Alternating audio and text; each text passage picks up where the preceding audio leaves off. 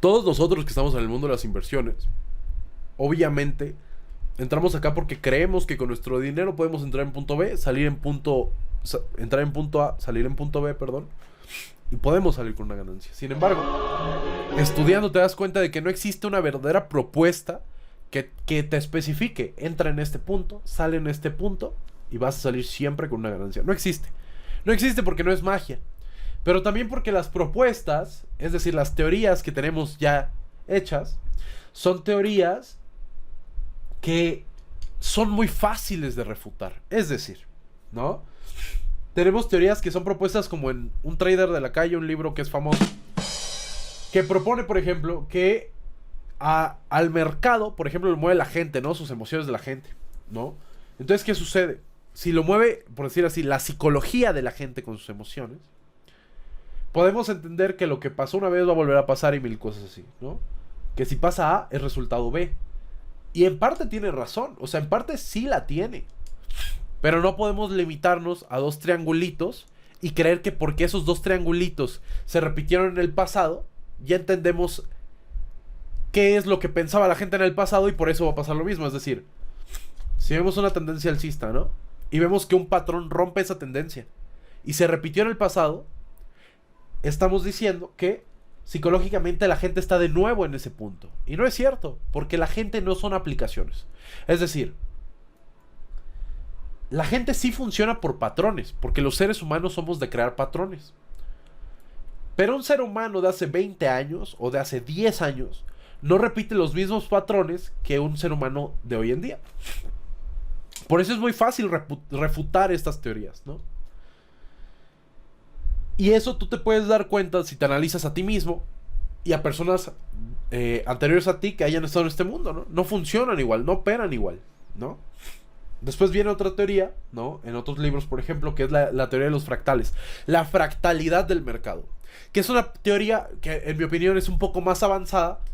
Parte de una premisa similar, pero es más avanzada. Que es básicamente esta premisa de que el mercado tiene cierta fractalidad y esa fractalidad se repite, ¿no? Lo que pasó antes se va a repetir por X o Y y así, ¿no? Y se va acercando, porque en mi opinión es una mejor teoría. Sin embargo, cada vez surgen nuevas propuestas. Surgen, porque realmente no hay tanta propuesta hoy en día. Hoy en día todos son traders de YouTube, todos son traders de te vendo un curso. Y ya no les interesa como el lado verdadero del análisis, ¿no? Por eso mismo yo estuve analizando un tiempo diferentes teorías, refutando como yo pudiera, porque obviamente no soy un genio, no soy Albert Einstein. Si no, ya fuera yo millonario y no me verían ni haciendo videos. Probablemente estaría en un yate con estupefacientes al tope, pensando en soy un genio, lo logré, pero no, ¿verdad? Entonces por eso tengo que estar pensando en teorías y teorías, a ver cuál es la correcta. Entonces surge para mí esta teoría a raíz de una propuesta nueva que he estado escuchando más reciente, que es que el mercado se mueve por liquidez. Sin embargo, sé que no es la correcta porque es muy fácil de refutar. Es decir, cuando nosotros una teoría de inversión la podemos refutar muy fácil, sabemos que no es tan correcta porque es fácil de refutar. Entre más difícil se vuelve a refutarla, se acerca más a una verdadera estrategia de inversión que valga la pena. ¿Ok? Que esté muy cercana a entra a punto A, sale en punto B y vas a salir siempre con ganancia. Entonces yo creo que estamos cada vez más cerca y vean esta propuesta que tengo. No sé si conocen esta idea de que el mercado se mueve por liquidez, ¿no? Bueno, yo creo que el mercado más que moverse solo por liquidez, se mueve por liquidez y suministro. Porque no puede moverse solo por liquidez, ya que la liquidez y el suministro son como el yin y yang. No puedes entender uno si no entiendes el otro. Y no puedes considerar uno si no consideras el otro. Por eso es ridículo decir que el mercado se mueve únicamente por liquidez. Es imposible. Es imposible. Porque no importa la liquidez si no entiendes a qué suministro está entrando. Es decir, volvamos a la premisa, ¿no? El mercado se mueve por liquidez y suministro. ¿Pero qué es el mercado? El mercado básicamente es este compuesto de activos, ¿no? Está compuesto por múltiples activos. Cripto, acciones, stocks, como le digas. Mil chingaderas más, ¿no? Este compuesto de activos, entiéndase como el recipientes de la liquidez, ¿no? Ya nos vamos acercando mejor. Son recipientes de la liquidez. Entonces, ¿qué sucede con estos recipientes de la liquidez? Imaginemos que un activo es esto, una caja a la que yo le puedo echar agua. La liquidez, imaginemos, es agua, ¿no? Por ahora. Entonces, es muy fácil entender que el mercado está compuesto por cajitas de diferentes tamaños que son capaces de almacenar y tienen diferentes cantidades de agua o dinero, como lo quieras ver, ¿no? Ahora, entiéndase liquidez como eso que le da valor a un activo. No lo confundamos con la liquidez de las empresas, ¿ok? Una es la liquidez que hay en los mercados y en los activos, ¿no? La liquidez que hay en los activos del mercado. Y otra cosa es la liquidez de sinónimo de cuánto generó la empresa, cuánto flujo de capital está viendo dentro de la empresa. Eso es totalmente separado, ¿no? Entonces lo separemos y entendamos liquidez como el dinero que fluctúa entre el mercado, el que se mueve entre recipientes del mercado, ¿no? Entra y sale de esos recipientes, ¿no? Ahora pasemos a los números. Bueno, vamos a la siguiente premisa, que básicamente es toda alteración al suministro que almacena esa liquidez afecta al activo en cuestión. Es decir, toda alteración a esta caja imaginaria que hicimos va a afectar directamente al activo, ¿no? El suministro, digamos que es la caja. El activo es la caja con todo y la liquidez. Es un todo. El mero suministro es solo la caja, ¿no? Ya estamos elevando un poco más la idea. Entonces, toda alteración al suministro que almacena esta liquidez va a afectar al activo. Si nosotros tenemos este activo y le duplicamos el tamaño, el precio de este activo total, entre lo que esté dividido, se divide a la mitad porque duplicamos el tamaño. Por ejemplo, vamos a los números para que se entienda mejor. Ya nuestro recipiente no va a ser imaginario en el sentido de una caja. Ahora vamos a pasar directo a acciones, tokens de criptomonedas o lo que se te ocurre, lo que más te guste, aplica para los dos. Imaginemos nuestro recipiente, nuestro activo tiene 10,000 acciones o 10,000 monedas en total, con un valor de $0.1, ¿no? Es decir, 10 centavos de dólar. Si nosotros hacemos la matemática, que es simplemente una multiplicación, podemos entender que realmente la liquidez de nuestro activo es de $1,000, ¿ok? La liquidez de nuestro activo es de $1,000, pero tenemos 10,000 acciones, 10,000 monedas. Si nosotros duplicáramos ese tamaño, es decir, en vez de 10,000 ahora tuviéramos 20,000, nuestro activo pasaría a valer de 0.1 o 0.10 centavos de dólar a 0.05 o así, o sea, a 5 centavos de dólar, la mitad. Porque ahora en vez de tener 10,000 tenemos 20,000. Duplicamos el tamaño de la cajita, ¿ok? Ahora, vamos al siguiente punto, que sería: ¿qué cosas causan alteraciones al activo o su suministro? A lo que sea de los dos, ¿no? Ya sea al suministro o a la liquidez, ¿ok? Y el activo, recordemos, es un todo, ¿ok? El activo es el conjunto de la liquidez junto con el suministro. ¿Qué causa una alteración a nuestro activo? Bueno, tenemos cosas muy evidentes que se han hecho muy populares, que he puesto de ejemplo, por ejemplo, son la subida de tasas de interés, ¿ok? Todos hemos estado escuchando en el último año sobre las tasas de interés, que la Fed y todo esto, ¿no? ¿Qué sucede? Eso causa alteraciones a nuestro activo. Si no es en cuanto al suministro, va a ser en cuanto a la liquidez, ¿ok? Porque quizás nuestro activo tiene el mismo suministro, pero la subida de tasas de interés puede generar que salga liquidez de nuestro activo. Entonces, aunque tenga el mismo tamaño, puede irse devaluando porque la liquidez va bajando. Es lo mismo, y es por eso que vemos a los activos bajar. Por eso los mercados se han visto afectados por las tasas de interés. Mucha gente no lo entendía, ¿no? Porque, como decían en el grupo de Telegram, ¿no? ¿Cómo afecta la subida de tasas de interés a Bitcoin? Si era bueno, preguntaban. Yo les decía que no. ¿Por qué? Porque la subida de tasas de interés hace que la gente con menor liquidez y que tenga esa necesidad de sacar liquidez del activo, lo vaya a hacer, ¿ok? Entonces, ¿qué sucede? Va a salir liquidez del activo y aunque el suministro sea lo mismo, aunque no cambie el tamaño del recipiente, el agua dentro del recipiente va a bajar. ¿Y eso qué genera? Que el valor de tu activo baje. Es como si tuviéramos un balde. En vez de valor en precio, supongamos que su valor es cuánto pesa. Pues baja el peso, porque está saliendo liquidez, ¿no? Otra cosa que nos genera alteraciones en cuanto al activo es la emisión de moneda, ¿ok? Esto veámoslo también en macro. Por ejemplo, el caso de Venezuela, ¿no? Que tiene una inflación muy grande.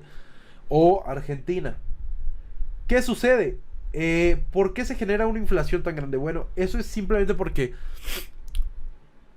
digamos que tienen un recipiente con una cantidad de agua. Y el Estado, para financiarse, necesita líquido. Pero ¿cómo consigo el líquido si yo solo soy dueño de esta parte, ¿no? Del recipiente. Tengo todo el recipiente, solo soy dueño de una tercera parte, de una décima parte. Duplico el tamaño. Porque si duplico el tamaño, ahora yo soy dueño de 11 partes y todos los demás son dueños de 9 partes. Entonces, básicamente, si duplicamos el tamaño, ¿qué va a pasar con el agua? Está hasta acá, ¿no? El agua está hasta acá del recipiente. Duplico el tamaño, el agua va a comenzar a bajar. La liquidez va a ser menor, pero el activo es más grande. El suministro del activo es más grande. Y si yo controlo el activo, en cuanto al suministro, podemos tomar... Ahora tengo 11 partes en vez de solo una, porque lo dupliqué y los demás siguen teniendo las mismas 9 partes que antes poseían, ¿no? Por eso, bueno, no vamos a entrar en esos temas, pero por eso el que la inflación es una estafa, todo ese tema, ¿no? Todos esos temas más, vamos a entrar en temas políticos, ¿no? Pero nosotros venimos a teorías de inversión, ¿no? Entonces, ¿qué nos dice todo esto? Que la liquidez es imposible de crear como dueño del recipiente. Es decir, cuando yo soy dueño de un activo, que el activo, por decir así, es mío, yo lo he creado, soy el founder de un proyecto, así sea una empresa y tengo acciones, o tenga yo una criptomoneda, que eso es todavía más peligroso, crear más, para mí es más fácil, pero yo no puedo crear liquidez, ¿ok? En el caso de las acciones está más regulado, no son enchiladas, no es como que voy a crear más y ahora lo tuyo vale menos, no es tan simple, pero en cripto sí es así. Y bueno, en cuanto a los países también, porque el gobierno emite deuda y no es como que a mí que tengo un ahorro de X cantidad de dólares me van a dar algo para recompensar que ahora mi dinero vale la mitad, ¿no? Les vale madres. Entonces, ¿qué sucede? Yo como dueño de un activo, es imposible que yo cree liquidez. La liquidez no la puedo crear yo, pero sí puedo modificar el tamaño del recipiente, ¿no? Creo que se va entendiendo mejor el concepto de liquidez que es necesario para la teoría, ¿ok? Por último, ¿qué otra cosa causa alteración? El halving de Bitcoin. ¿Por qué lo pongo? Porque necesitamos analizar dos tipos de patrones, ¿ok? El halving de Bitcoin. Una vez entendiendo estos tres ejemplos, que era la subida de tasas de interés, la emisión de papel moneda o el halving de Bitcoin, que para quien no sepa el halving, no es más que cada 4 años la recompensa que se le da a los mineros por procesar transacciones, todo esto se reduce a la mitad, ¿no? Y luego es la mitad de la mitad y luego la mitad de la mitad de la mitad y así se va, ¿no? A lo largo del tiempo. ¿Eso qué genera? Genera deflación, porque no se emite más moneda, al contrario, se corta cada vez más la emisión y cada vez es menos la emisión de moneda. Y la demanda sigue siendo la misma, ¿no? Está bien padre, pero no vamos a estar a temas ciclos de Bitcoin, eso ya entraremos después, es un pequeño resumen, ¿no? Y eso básicamente está programado. Entonces, ¿qué tenemos que entender de estas tres cosas? ¿No? De los subidas de interés, emisión de papel moneda y halving de Bitcoin, que son tres ejemplos buenísimos. Bueno, que todo esto al final tiene un patrón y existen dos tipos de patrones. Primero estaría el patrón causa y efecto, es decir, la subida de tasas de interés. ¿Por qué suben las tasas de interés? Pues está muy alta la inflación. Necesitamos sacar dólares del mercado para que la inflación no sea tan alta. Porque hace unos años sacamos muchos dólares, se emitió mucho dinero. Y ahora necesitamos sacarlos para cortar parte de esa mega caja que tenemos. Quieren reducir el tamaño del suministro, ¿no? Ya se va entendiendo. Entonces, ¿qué sucede? Pueden funcionar por dos formas. Una, causa y efecto, que es lo que está pasando, lo que vemos con la inflación. Segundo, por mera programación, ¿ok? Vamos a dar un último ejemplo de lo primero por si no quedó muy claro, antes de pasar por el segundo ejemplo. Por causa y efecto, por ejemplo, hay problemas económicos que el Estado necesita resolver para la gente, emite papel moneda. ¿Por qué? Porque necesito liquidez, necesito dinero para construir hospitales en no sé dónde, y no lo tengo, ni modo. Se ven afectados la mayoría de ciudadanos, pero es un dinero invisible, un impuesto invisible, ¿no? Que les digo, no vamos a entrar en esos temas. Ok, espero que con esto se entienda mejor el causa y efecto. Lo hago porque, pero termina pasando, ¿no? A eso me refiero con que hay patrones. Siempre termina pasando. O sea, es decir, no no tengo conocimiento yo de un solo país, y corríjanme si es así, que no se dedique a evitar papel moneda, a excepción de aquellos que no tienen banco central, ¿no? Esos que no tienen banco central y tienen monedas que son de otros países, ignorémoslos, ¿no? Porque al final también ellos sufren de esa inflación, pero porque lo decide otra gente, ¿no? Es lo mismo, solo que ellos no tienen soberanía en ese sentido. Entonces, ¿qué sucede? No existe una sola moneda que no esté sujeta a la inflación, ni el dólar, ¿no? Que según el activo de reserva. Todos están activos a la están sujetos a la inflación. Y por tanto, hay una causa-efecto. Como estoy sujeto a la inflación, subo las tasas de interés. Y cuando ya reduje la inflación, entre comillas, lo que yo lo quería reducir, la subida de la inflación más bien, que es lo que se reduce, no la inflación ya ganada. Cuando reducen esa inflación, ya vuelvo a tener la posibilidad de emitir más papel moneda para cumplir con mis proyectos políticos, ¿no? ¿Qué sucede? Eso al final es un patrón, se vuelve un ciclo, ¿no? Y luego está los activos que son por mera programación, que es el caso de Bitcoin con su halving, o empresas que tienen, por decirlo así, checkpoints, ¿no? Marcas de decir check y se duplica. Es decir, una empresa puede decir, yo establezco que cuando mi empresa llegue a un valor de tanto, se duplique la cantidad de acciones. A los que ya tienen acciones se les da pues las que deberían tener para que su capital no baje, etcétera, ¿no? Pero al final emiten más. Entonces, si yo antes tenía 10,000 y los otros accionistas también 10,000, pues ahora todos tenemos 20,000. Sí, vale menos, pero al final, en cuanto a liquidez, tenemos lo mismo. Sin embargo, yo ahora puedo dividir, como lo dividí en más partes, puedo vender más acciones, ¿no? Algo similar pasa con Bitcoin, solo que al revés, en vez de emitir más, lo que hacen es reducir a la mitad cuánto están emitiendo.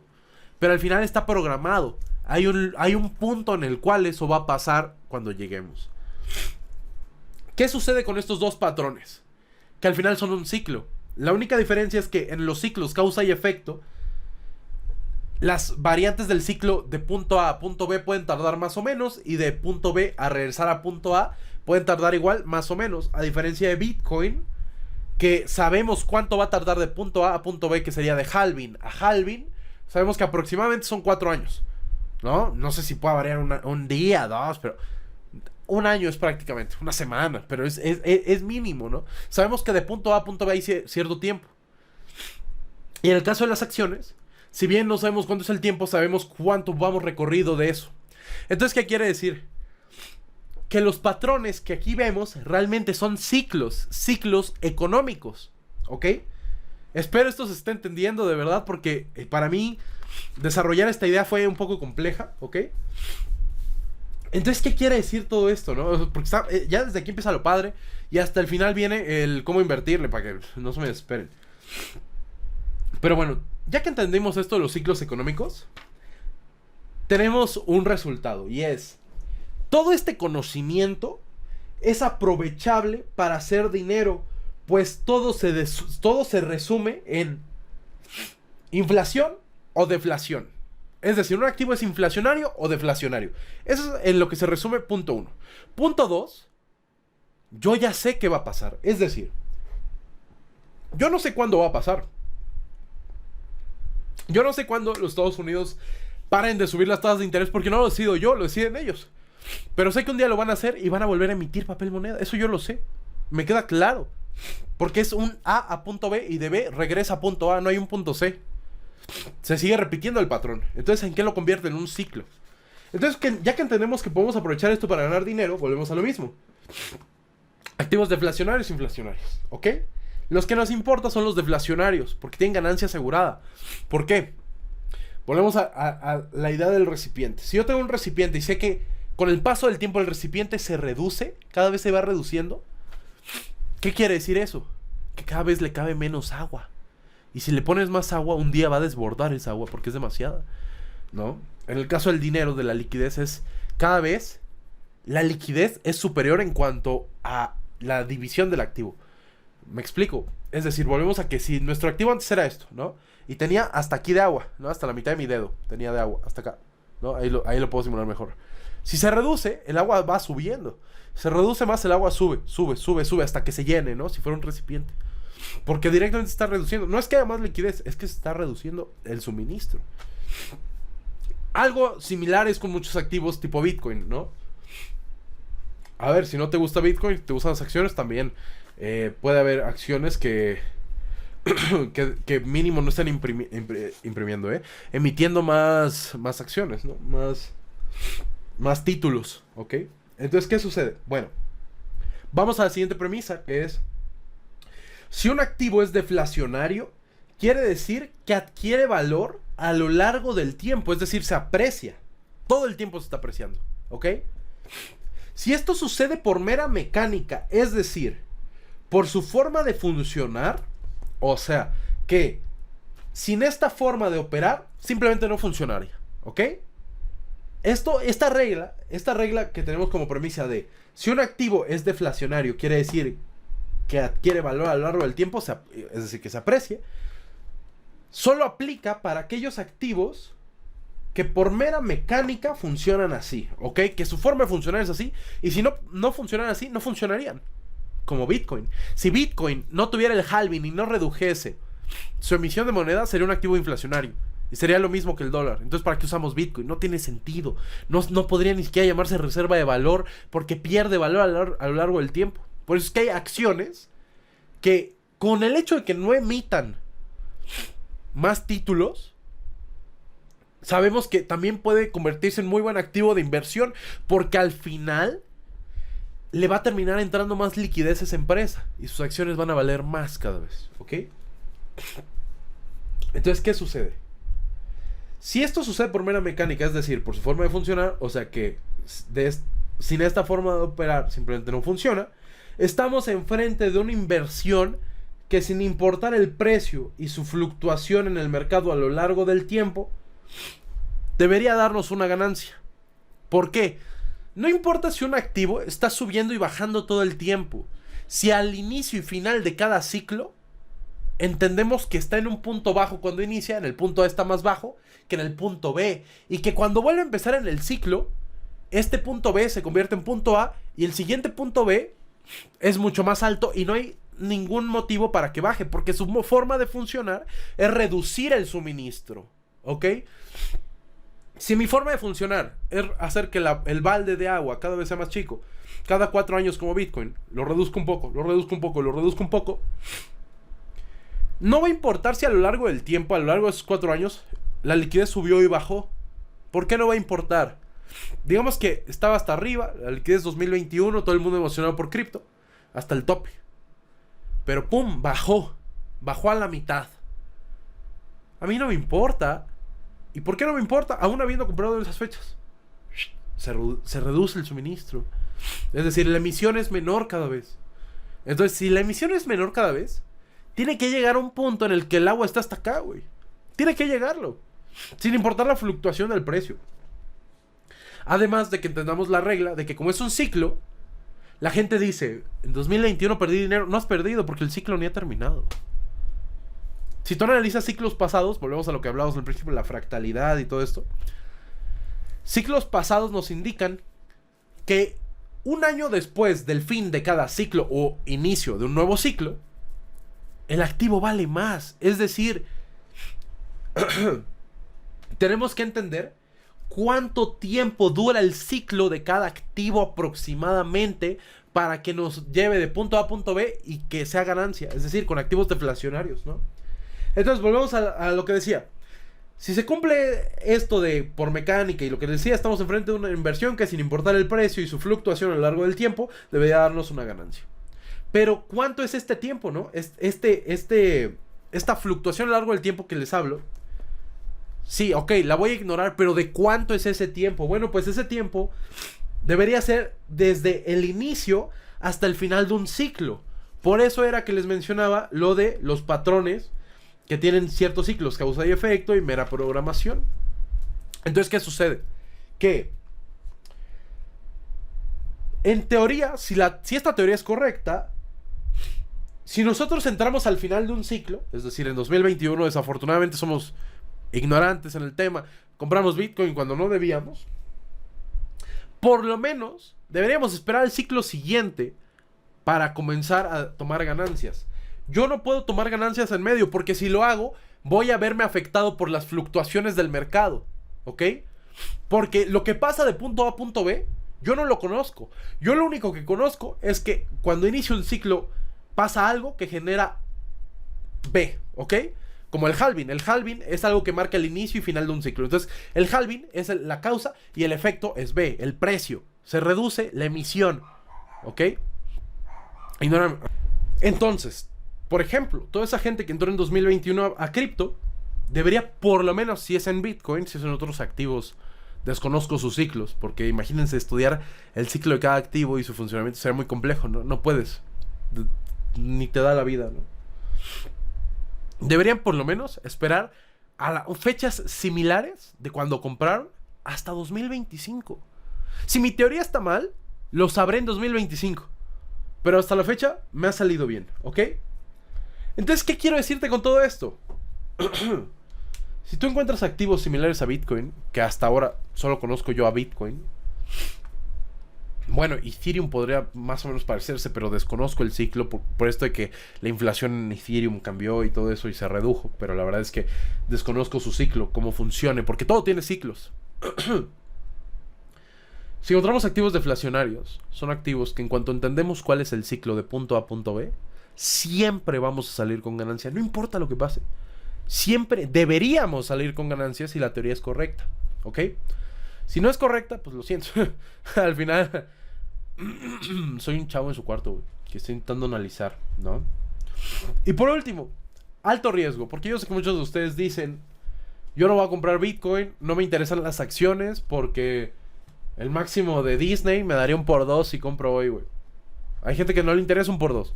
Hay gente que no le interesa un por 3, que quieren un por 100. ¿Es posible? Sí. Lo he tenido, ¿no?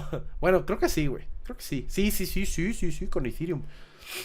Pero pero no es algo que pase siempre, ¿ok? Me ha pasado una vez en la vida. De ahí 2022 están mis historias. Por 40, 2023 creo que fue como por 50, igual similar, pero no tengo nada similar, ¿no? De tanto dinero, ¿no? Un por 100. Que de hecho ni fue por 100. Bueno, no sé. Miento, güey, no fue un por 100. Fue un... no, sí. Bueno, ya, da igual. No voy a entrar en esos temas porque divago y me voy muy lejos, ¿no? Alto riesgo. Para todos aquellos que quieren hacer muchísimo, ¿ok? Ojo, esta regla se rompe si tú entras en un scam, porque te hacen rug y mamaste. Ya. Esto funciona únicamente, yo creo, si es un activo que vale la pena, aunque esté medio riesgoso, ahí medio feillo, pero es un activo que tiene interés por parte del mercado. Y son activos que sabes que no es rug, ¿ok? Cualquier otra alteración, esta teoría no importa, ¿ok? Todo lo que yo te he dicho funciona bajo las reglas que te he mencionado. Si cualquiera de esas reglas se ve interferida o añades un patrón más, se acabó. No funciona, ¿ok? Por eso es para cosas muy específicas. Alto riesgo, esto es enfocado a Web3 o startups, ¿no? Startups, pero la neta startups, híjole, yo diría que está cabrón, porque las startups también se ven mucho a la fregada. No, por ejemplo, cuando sale una shitcoin, una startup, ¿no? Nuestro recipiente o no tiene agua o tiene muy poco. Sabemos que tenemos un suministro en shitcoins, por ejemplo en memecoins, que es cripto. Tenemos estos activos que tienen 80,000 millones de trillones de monedas, ¿no? Pepecoin, Shiba Inu, Dogecoin, que tienen muchísimas, ¿no? Eso es cierto, tienen muchas y nosotros podemos ser dueños de una pequeña parte. Pero ¿qué sucede? Cuando no han entrado a venta pública, es muy fácil tomar ganancias. Cuando la primera vez se va a llenar el recipiente de liquidez o de las primeras veces, es muy fácil tomar ganancias. Pues de valer cero o prácticamente nada, pasan a valer algo. No importa cuánto sea, pero pasan a valer algo. Entonces, ¿qué sucede? Tenemos el recipiente. Todavía no tiene agua, pero ya tenemos un recipiente de un tamaño enorme, porque generalmente las shitcoins son de tamaños enormes, ¿no? Tienen una cantidad de tokens ridícula. Entonces somos dueños de una pequeña parte del recipiente. Pero ¿qué sucede? La primera vez que entra liquidez a ese recipiente, se dispara. Se dispara. ¿Ok? Porque no tenía nada. O sea, para ti es un... ¿Cuánto vale? ¿Cuánto vale? ¿Vale un centavo? Valen menos de centavos. Entra liquidez y se disparan estos activos. Pues el suministro siendo X, porque no sabemos de cuánto va a ser el activo al que más te interese, al aún no haberse modificado, y nosotros tener el activo por menos de lo que lo adquiere el mercado en general, sabemos que en cuanto el mercado en general comience a adquirirlo, tenemos una ganancia. Porque el precio de un activo es el último precio de compra.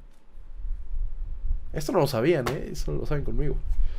El precio de un activo, el verdadero precio de un activo es el último precio de la última compra. Eso es todo. Sí. Esa es una forma ahí de refutar un poco mi teoría, pero la vamos a ir mejorando, ¿no?